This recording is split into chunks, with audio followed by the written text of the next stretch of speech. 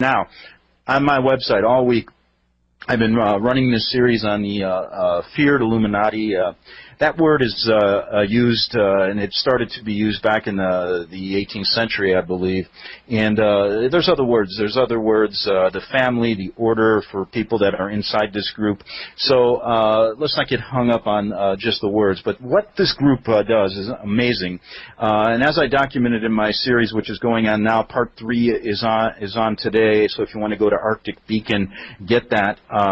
And it's talking about Svali, who was a member of the Illuminati, the family, the order. She's with us as our guest today, and after this break, we're going to find out the whole story from beginning to end about Svali's involvement, and then about how she decided to get out and what she's doing now. And I might add, it's a great thing what she's doing now, alerting people and also helping many, many people in America understand exactly what this group is all about.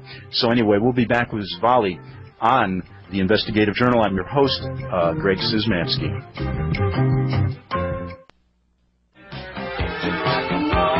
Okay, we're back. It's 8 minutes after the hour, and we're going to get deep inside the Illuminati, the family, the order. We have a guest that was involved with this group, born into it for over 30 years, and her name is Svali. Svali, are you with us?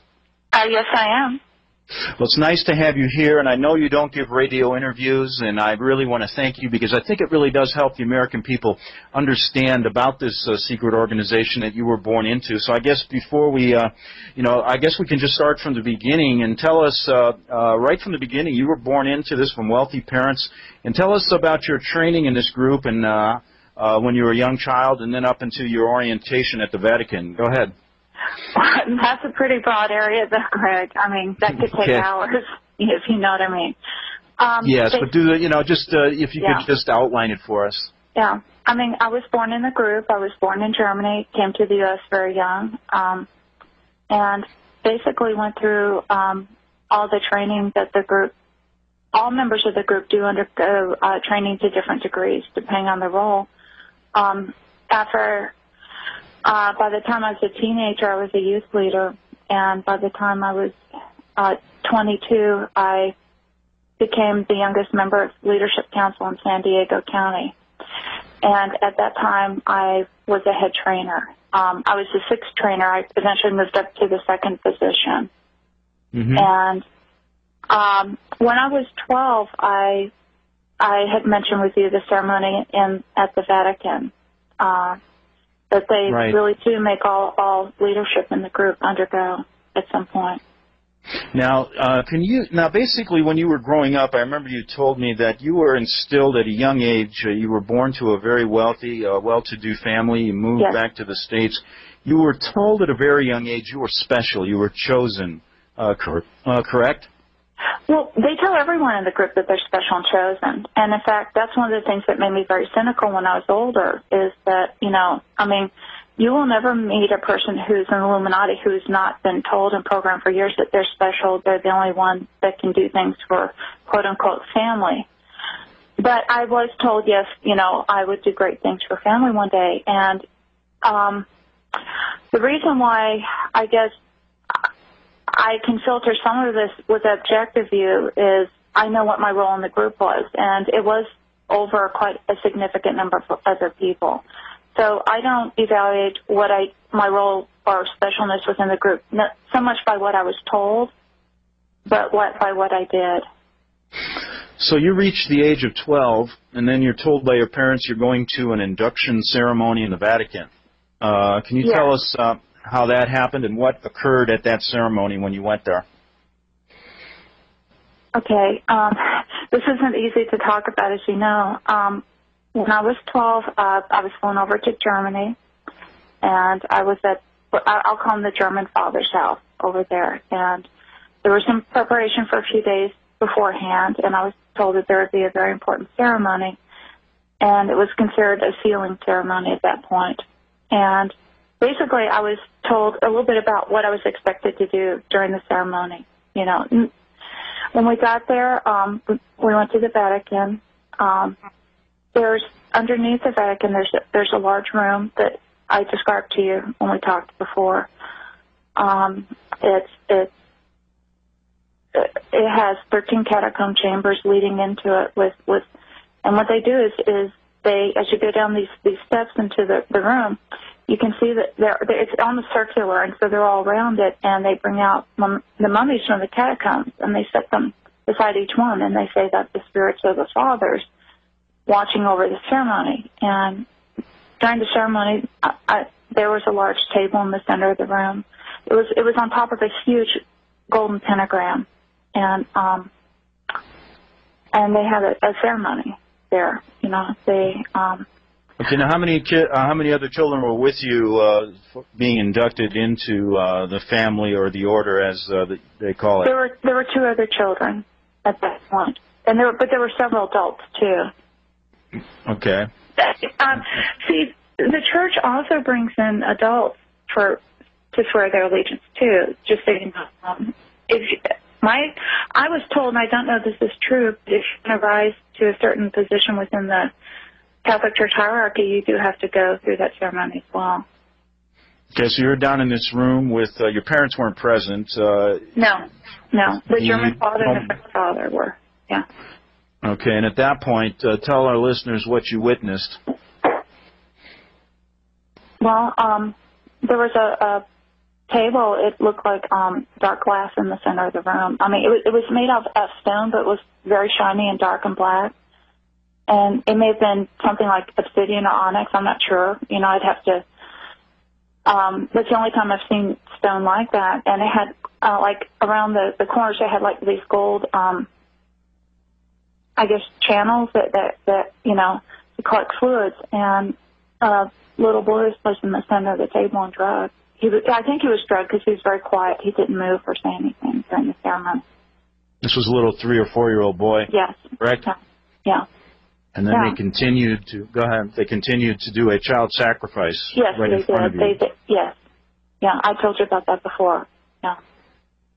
Now afterwards, quite what a unbelievable experience for a youth. I mean, for a 12-year-old. I mean, I just what went through your mind? I guess when that happened. I mean, I was terrified. I mean, I was absolutely horrified. I can't describe the terror you feel when you go through something like that. And do you remember the words they were saying as this was going on? The man was in scarlet. He was speaking in Latin, and basically he was saying, you know, please accept the sacrifice, you know, on this day. But then, you know, and then he said the sacrifice will seal the ceremony, and then he did it. Again, I was so terrified that. Have you ever been in a situation where your heart's racing, but you can't do anything, and so you're just kind of sitting there and you're kind of like fading in and out? That's kind of. I can remember as a youth being frightened, but I don't think I've ever. No. All right. Well, gone through anything quite like what you. Yeah, imagine your heart rate going up to about 220. You can't move, so you're kind of shaking, but trying like not to show it. Mm-hmm. And it, I mean, it was horrible. And I was keep thinking inside, I can't wait it's over. I can't wait. I mean, you don't say this, but inside you're just kind of saying over and over, I can't wait till it's over. I can't wait till it's over. I can't wait till it's over. Afterwards, the man in scarlet, he had a huge golden ring on his hand, and he came over to the center of the room, and he had each of the people that were swearing that day. I had to go forward and kneel before him and kiss his ring and swear my allegiance to the new order, to the new world order, until my death. Now, at that point, you are escorted out. Yes. Yeah. And after the ceremony was all over. I mean, the other people also did theirs as well. You know, they had to swear their allegiance too. And then they were what, the same age as? They were the same age as you? The 2 children were, but there were also 3 adults that went forward and did the same. And afterwards, we were told, may the same to you or worse occur should you ever break this oath. So it's basically, imagine at that age, what's and you weren't really prepped for this, were you? I mean, you were told there was a ceremony, but nothing. You didn't expect anything like this, from what I gathered talking to you. It was very difficult to go through, just because the sense of horrific oppression down there too was the worst. I mean, I've gone through some ceremonies in my life in the Illuminati. You do go through them, but I have to say that in my experience, this was the worst, just because I can't explain the amount of darkness in a room like that, just of pure evil. And unless you've ever been in seeing oppression, I mean, it's just horrible. It wasn't just what happened, but just, I mean, the oppression. And I'm a Christian now, and I know the difference now between when there's evil present, oppression, or when God's love is present and joy and peace, which is the exact opposite of what was in that room. Now, you know what I find quite interesting about this? About 25 years ago, I was a reporter and a freelance writer in Rome, and I spent 6 years there. I walked through the Vatican many, many times, hundreds of times, covered the papal addresses, things like that. And during that time I was there during a Vatican scandal, which involved the church bank and other things, members of the Illuminati, the Freemasons. I was approached by a woman on Via Veneto. I'll never forget this. Rome's a small town, and people knew I was covering stories about the secret societies, things like that, because I had to ask people. Well, this woman came up to me and told me similar stories. She wasn't quite as specific because she couldn't handle it. She would break out crying. Yeah. And had tried to commit suicide twice because she couldn't get out of the Illuminati. She was a member, she was, again, born into it, a very wealthy northern Italian family. And she told me basically the same ceremony took place with her. And so when I started talking to you, I wanted to relay that to you and to also relate to my listeners that I heard about this 25 years ago from a woman by the name of Maria and many other people, several other people in Italy that I talked to.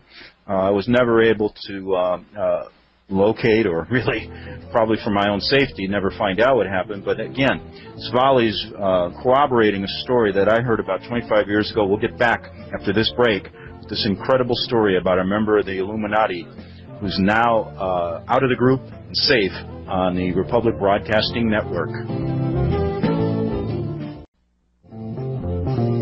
Okay, we're back on the Investigative Journal. I'm your host, Greg Szymanski. We're talking to Svali, a member of the family, the Order, the Illuminati for over 30 years. Svali, you leave the induction ceremony. You walk out into the Vatican courtyard, and what do you leave with one of the fathers, I believe. What did he tell you then? At that point, he just told me to never forget that, he told me that I performed well during the ceremony because I didn't scream or, pass out or anything like that. So he said you did very well, and he was pleased. And then we went and stayed at a home nearby, a local, it must have been a local person. I didn't know them. We spent the night there before we went back to Germany. Okay, and what about the other people during the ceremony? How did they handle themselves? Do you remember? I'm going to say, unfortunately, I'm so, and when you're in that kind of situation, the last thing they're thinking about sometimes is what the other people are doing. I was just so trying to not, lose it myself. And that I do know that, no one screamed or shouted, or anything like that. Everyone was quiet. I think to say dead silence is, unless the person was spoken to, is true.